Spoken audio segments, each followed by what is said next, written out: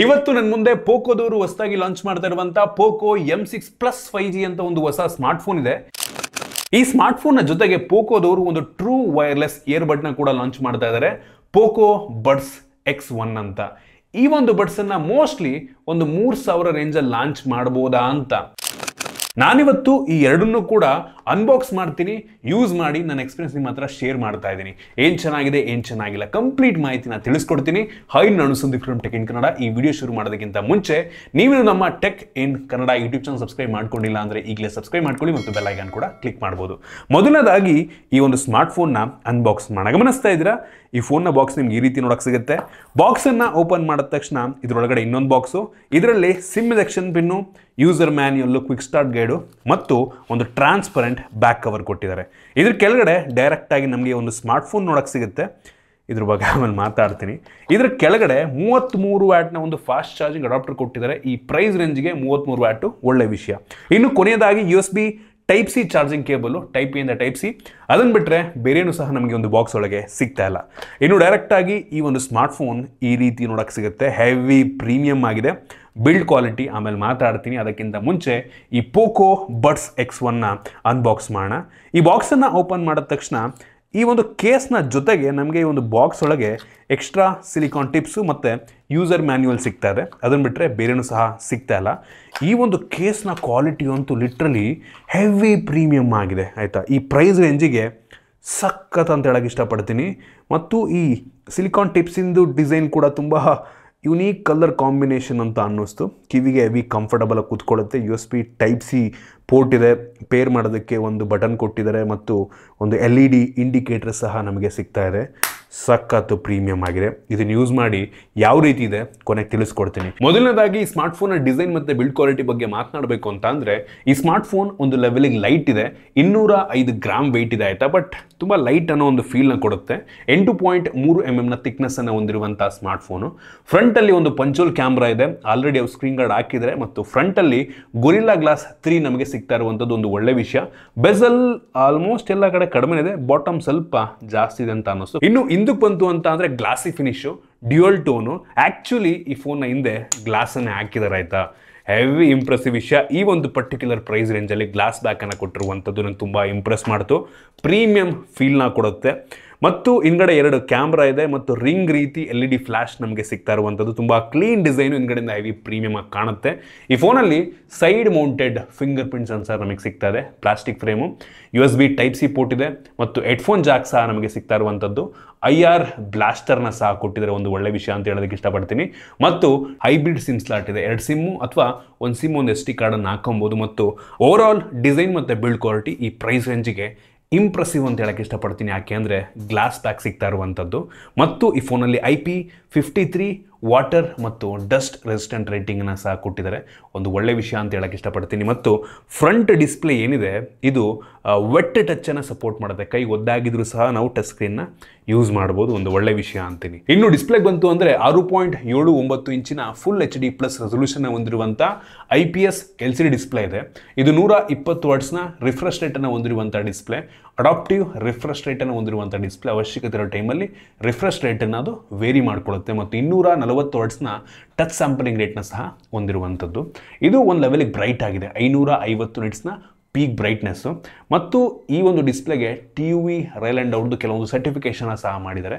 So low blue ಲೈಟನ್ನು emit ಮಾಡುತ್ತೆ ಮತ್ತು ಫ್ಲಿಕ್ಕರ್ ಫ್ರೀ ಸರ್ಟಿಫಿಕೇಷನ್ ಇದನ್ನೆಲ್ಲ ಮಾಡಿಸಿದ್ದಾರೆ. ಸೊ ಈ ಬೆಲೆಗೆ ಒಂದು ಒಳ್ಳೆ ಡಿಸ್ಪ್ಲೇ ಅಂತಲೇ ಅಂತೀನಿ. ಇನ್ನು ವೇರಿಯಂಟ್ಗಳ ಬಗ್ಗೆ ಮಾತನಾಡಬೇಕು ಅಂದರೆ, ಸದ್ಯಕ್ಕೆ ಈ ಸ್ಮಾರ್ಟ್ ಫೋನ್ 2 ವೇರಿಯಂಟಲ್ಲಿ ಲಾಂಚ್ ಆಗ್ತಾ ಇದೆ. 6GB RAM, 128GB storage, 8GB RAM, 128GB storage. ಒಂದು ಒಳ್ಳೆ ವಿಷಯ. ಬೇಸಿಕ್ಗೆ 128GB ಇದೆ ಮತ್ತು ನೀವು ರ್ಯಾಮನ್ನು ಎಕ್ಸ್ಟೆಂಡ್ ಕೂಡ ಮಾಡ್ಬೋದು. ಅಪ್ ಟು 16GB ತನಕ ರ್ಯಾಮ್ ಎಕ್ಸ್ಟೆಂಡ್ ಆಗುತ್ತೆ, ಅಂದರೆ ಸ್ಟೋರೇಜನ್ನು ರ್ಯಾಮ್ ರೀತಿ ಯೂಸ್ ಮಾಡ್ಕೊಳ್ಳುತ್ತೆ. ಮತ್ತು ಈ ಫೋನು 3 ಕಲರ್ ವೇರಿಯಂಟಲ್ಲಿ ಲಾಂಚ್ ಆಗ್ತಾರೆ. ಮಿಸ್ಟಿ ಲ್ಯಾವೆಂಡರು, ಐಸ್ ಸಿಲ್ವರು ಮತ್ತು ಗ್ರಾಫೈಟ್ ಬ್ಲ್ಯಾಕ್ ಅಂತ. ಸೊ ನಿಮ್ಗೆ ಇಷ್ಟ ಬಂದಿದ್ದ ಕಲರಲ್ಲಿ ಪರ್ಚೇಸ್ ಮಾಡ್ಬೋದು. ಇದರಲ್ಲಿರುವಂಥ ರ್ಯಾಮ್ ಟೈಪ್ ಬಂದ್ಬಿಟ್ಟು LPDDR4X ಮತ್ತು ಸ್ಟೋರೇಜ್ ಟೈಪ್ ಬಂದ್ಬಿಟ್ಟು UFS 2.2 ಸ್ಟೋರೇಜು ಸ್ಟ್ಯಾಂಡರ್ಡ್ ಈ ಒಂದು ಪ್ರೈಸ್ ರೇಂಜಿಗೆ. ಇನ್ನು ಪರ್ಫಾರ್ಮೆನ್ಸ್ ಬಗ್ಗೆ ಮಾತನಾಡಬೇಕು ಅಂತ ಅಂದರೆ, ಈ ಫೋನಲ್ಲಿ ಒಂದು ಲೆವೆಲಿಗೆ ಪವರ್ಫುಲ್ ಆಗಿರುವಂಥ ಸ್ನ್ಯಾಪ್ಡ್ರ್ಯಾಗನ್ 4 Gen 2 AE ಪ್ರೊಸೆಸರ್ ಇದೆ. AE ಅಂತ ಅಂದರೆ ಆಕ್ಸಲರೇಟೆಡ್ ಎಡಿಷನ್ ಅಂತ ಆಯ್ತಾ. ಸೊ ಇದೇನಪ್ಪ ಅಂತಂದರೆ ಸ್ವಲ್ಪ ಓವರ್ ಕ್ಲಾಕ್ ಮಾಡಿರ್ತಾರೆ. ನಾರ್ಮಲ್ 4 Gen 2ಗಿಂತ ಸ್ವಲ್ಪ ಜಾಸ್ತಿ ಪವರನ್ನು ಈ ಒಂದು ಪ್ರೊಸೆಸರ್ ಹೊಂದಿರುತ್ತೆ. ನಾವು ಒಂದದ್ದು ಬೆಂಚ್ ಮಾರ್ಕನ್ನು ಚೆಕ್ ಮಾಡಿದಂಗೆ ಸುಮಾರು 4,37,800 ಬೆಂಚ್ ಮಾರ್ಕ್ ರೇಟಿಂಗನ್ನು ಕೊಡ್ತಾ ಇದೆ. ಒಂದು ಒಳ್ಳೆ ರೇಟಿಂಗ್ಗೆ ಇದೊಂದು 14,000 ರೇಂಜಲ್ಲೆಲ್ಲ ಲಾಂಚ್ ಆಯಿತು ಅಂದರೆ ತುಂಬ ನಾರ್ಮಲ್ ಇದು. ಸೊ ಎಲ್ಲ ಫೋನ್ಗಳು ಸಿಮಿಲರ್ ಪರ್ಫಾರ್ಮೆನ್ಸನ್ನು ನೀಡುತ್ತೆ ಈ ಒಂದು ಪರ್ಟಿಕ್ಯುಲರ್ ಪ್ರೈಸ್ ರೇಂಜಲ್ಲಿ. ಈ ಬೆಂಚ್ ಮಾರ್ಕ್ ಚೆಕ್ ಮಾಡೋ ಟೈಮಲ್ಲಿ ನಾವು ಟೆಂಪ್ರೇಚರ್ ವೇರಿಯೇಷನ್ನು ಮತ್ತು ಬ್ಯಾಟ್ರಿ ಡ್ರೈನ್ನ ಕೂಡ ಚೆಕ್ ಮಾಡಿದ್ವು. ಬ್ಯಾಟ್ರಿ ಡ್ರೈನ್ ಕೇವಲ 3% ಆಯಿತು, ಇಂಪ್ರೆಸಿವ್ ವಿಷಯ ಅಂತ ಹೇಳಕ್ಕೆ ಇಷ್ಟಪಡ್ತೀನಿ. ಇನ್ನು ಟೆಂಪ್ರೇಚರ್ ವೇರಿಯೇಷನ್ ಕೂಡ ತುಂಬ ವೇರಿಯೇಷನ್ ಆಗಲಿಲ್ಲ. ಮ್ಯಾಕ್ಸಿಮಮ್ 42 ಡಿಗ್ರಿ ಸೆಲ್ಸಿಯಸ್, 40ರಿಂದ 42 ಮೇಜರ್ ಒಂದು 3-4 ಡಿಗ್ರಿ ವೇರಿಯೇಷನ್ ಆಯಿತು ಬಿಟ್ಟರೆ ತುಂಬ ಜಾಸ್ತಿ ಈ ಫೋನ್ ಹೀಟ್ ಆಗುವುದಿಲ್ಲ. ಒಂದು ಒಳ್ಳೆ ವಿಷಯ ಅಂತೀನಿ. ಗೇಮಿಂಗ್ ಟೆಸ್ಟನ್ನು ಸಹ ಮಾಡಿದ್ವು. ನಾವು BGMIನಲ್ಲಿ ಸ್ಮೂತ್ ಮತ್ತು ಅಲ್ಟ್ರಾ ಗ್ರಾಫಿಕ್ ತನಕ ಹೋಗುತ್ತಾ ಆಯಿತಾ. ಸ್ಮೂತ್ ಗೇಮ್ ಪ್ಲೇ ಸಿಕ್ತು ನಮಗೆಲ್ಲೂ ಕೂಡ ಲ್ಯಾಗಿ ಅನ್ನೋ ಒಂದು ಫೀಲ್ ಬರಲಿಲ್ಲ. ಮತ್ತು ಮ್ಯಾಕ್ಸಿಮಮ್ ಅಂತ ಅಂದರೆ HD ಹೈ ಗ್ರಾಫಿಕ್ ತನಕ ಆಡ್ಬೋದು. ಅದು ಕೂಡ ಒಂದು ಲೆವೆಲಿಗೆ ಸ್ಮೂತ್ ಆಗಿದೆ ಅನ್ನಿಸ್ತು. ಅಂದರೆ ಸೆಟ್ಟಿಂಗು ಒಂದು ಮೀಡಿಯಮ್ ಸೆಟ್ಟಿಂಗಲ್ಲಿ ನಿಮಗೆ ಎಕ್ಸ್ಪೀರಿಯೆನ್ಸು ಚೆನ್ನಾಗಿ ಸಿಗ್ತಾ ಇದೆ ಅನ್ನೋ ಒಂದು ಫೀಲ್ ಆಯ್ತು ನನಗೆ ಆಯಿತಾ.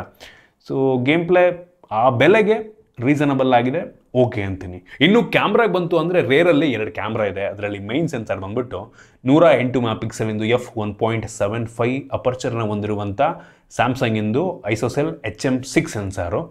ಒಂದು ಒಳ್ಳೆ ಸೆನ್ಸಾರು. ಡೇ ಲೈಟಲ್ಲಿ ಒಂದು ಒಳ್ಳೆ ಫೋಟೋಸ್ ತೆಗೆಯುತ್ತೆ, ಲೋ ಲೈಟಲ್ಲೂ ಕೂಡ ಪರವಾಗಿಲ್ಲ ಅಂತೀನಿ. ಸ್ಯಾಂಪಲ್ನು ನೀವೇ ಜಡ್ಜ್ ಮಾಡ್ಬೋದು. ಈ ಪ್ರೈಸ್ ರೇಂಜಿಗೆ ರೀಸನಬಲ್ ಆಗಿದೆ ಆಯಿತಾ. ಈ ಬೆಲೆಗೆ ಮೆಜಾರಿಟಿ ಬ್ರ್ಯಾಂಡ್ಗಳು ಯಾವ ರೀತಿ ಕೊಡ್ತಾರೆ ಇವರು ಕೂಡ ತುಂಬ ಸಿಮಿಲರ್ ಇದೆ.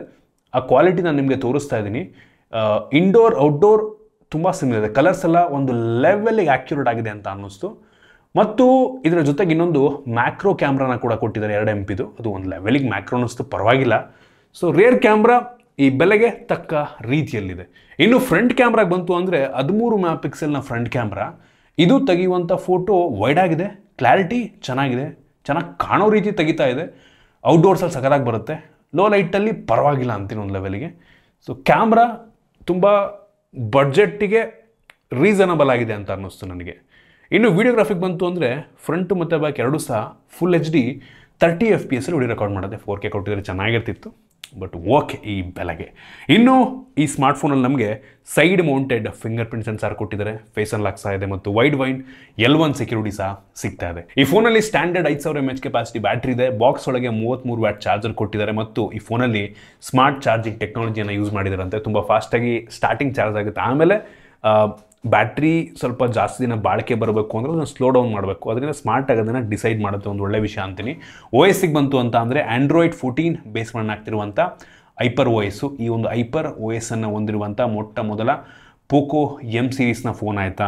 ಮತ್ತು ಪೋಕೋದವ್ರು ಕನ್ಫರ್ಮ್ ಮಾಡಿರೋ ಪ್ರಕಾರ ಈ ಫೋನಿಗೆ 2 ವರ್ಷಗಳ ಆ್ಯಂಡ್ರಾಯ್ಡ್ ಅಪ್ಡೇಟು, 4 ವರ್ಷಗಳ ಸೆಕ್ಯೂರಿಟಿ ಪ್ಯಾಚ್ ಕೊಡ್ತಾರಂತೆ. ಈ ಪ್ರೈಸ್ ರೇಂಜಿಗೆ ಒಂದು ಇಂಪ್ರೆಸಿವ್ ವಿಷಯ ಅಂತ ಹೇಳಕ್ಕೆ ಇಷ್ಟಪಡ್ತೀನಿ.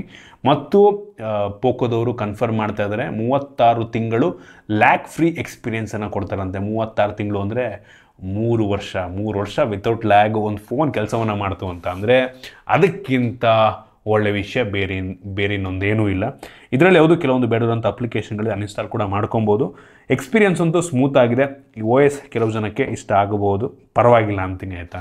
ಇನ್ನು ಈ ಫೋನಲ್ಲಿ ನಮಗೆ ಮೋನೋ ಸ್ಪೀಕರ್ ಸಿಗ್ತದೆ, ಬಾಟಮ್ ಫೈನಿಂದು ಸ್ಪೀಕರ್ ಕ್ಲಾರಿಟಿ ಚೆನ್ನಾಗಿದೆ, ಜೋರ ಕೇಳುತ್ತೆ, ಬಟ್ ಸಿಂಗಲ್ ಕೊಟ್ಟಿದ್ದಾರೆ.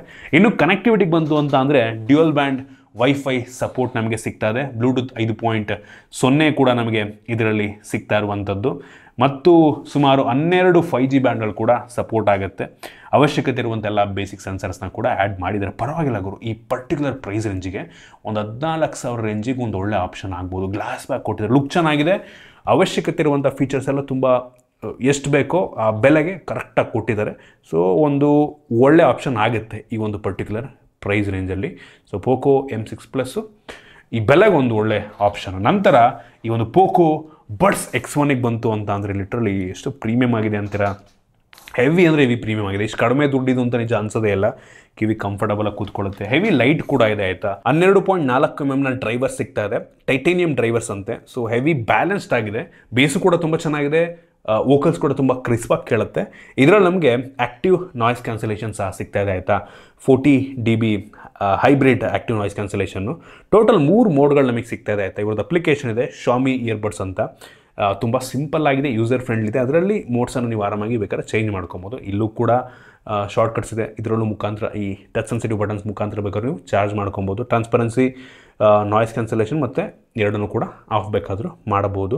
ಮತ್ತು ಬ್ಯಾಟ್ರಿ ಬ್ಯಾಕಪ್ ಕೂಡ ಆ್ಯಕ್ಚುಲಿ ಚೆನ್ನಾಗಿದೆ. ಟೋಟಲ್ ಕೇಸನ್ನು ಇನ್ಕ್ಲೂಡ್ ಮಾಡಿಕೊಂಡು 36 ಗಂಟೆಗಳ ಮ್ಯೂಸಿಕ್ ಪ್ಲೇಬ್ಯಾಕು. ಬರೀ ಈ ಬಡ್ಸ್ ಏನಿದೆ ಇದು 7 ಗಂಟೆಗಳ ಮ್ಯೂಸಿಕ್ ಪ್ಲೇಬ್ಯಾಕ್ ನೀಡುತ್ತೆ. ಸೊ ಒಂದು ಒಳ್ಳೆಯ ವಿಷಯ ಅಂತೀನಿ. ಇದು IP54 ವಾಟರ್ ಮತ್ತು ಡಸ್ಟ್ ರೆಸಿಸ್ಟೆಂಟ್ ರೇಟಿಂಗ್ನ ಜೊತೆಗೆ ಸಹ ಬರ್ತಾ ಇದೆ. ಬ್ಲೂಟೂತ್ 5.3 ಇದೆ. ಆರಾಮಾಗಿ ನಿಮ್ಮ ಫೋನಿಗೆ ಒಂದು 10 ಮೀಟರ್ ದೂರ ಇದ್ರೂ ಕನೆಕ್ಟ್ ಆಗುತ್ತೆ. ಅಪ್ಲಿಕೇಶನ್ ಸಪೋರ್ಟ್ ಇದೆ. ಸೊ ಗೂಗಲ್ದು ಫಾಸ್ಟ್ ಪೇರ್ ಕೂಡ ನಮಗೆ ಇದರಲ್ಲಿ ಸಿಗ್ತಾ ಇರುವಂಥದ್ದು. ಸೊ ಹೆವಿ ಇಂಟ್ರೆಸ್ಟಿಂಗ್ ಆಗಿದೆ ನೋಡಿ. ಒಂದೊಳ್ಳೆ ಆಪ್ಷನ್ ಆಗಬಹುದು ಇದು ಕೂಡ. ಪರವಾಗಿಲ್ಲ, ಅವರು ಪೋಕೋದವರು ಒಳ್ಳೆ ವ್ಯಾಲ್ಯೂ ಫಾರ್ ಮನಿ ಪ್ರಾಡಕ್ಟ್ಸನ್ನು ಲಾಂಚ್ ಮಾಡ್ತಾ ಇದ್ದಾರೆ. ಇತ್ತೀಚೆಗಂತೂ ಅವ್ರು ಲಾಂಚ್ ಮಾಡ್ತಿರುವಂಥ ಫೋನ್ಗಳೆಲ್ಲ ಹೆವಿ ಇಂಪ್ರೆಸಿವ್ ಆಗಿದೆ, ಹೆವಿ ಕಾಂಪಿಟೇಟಿವ್ ಆಗಿದೆ ಅಂತ ಅನ್ನಿಸ್ತು.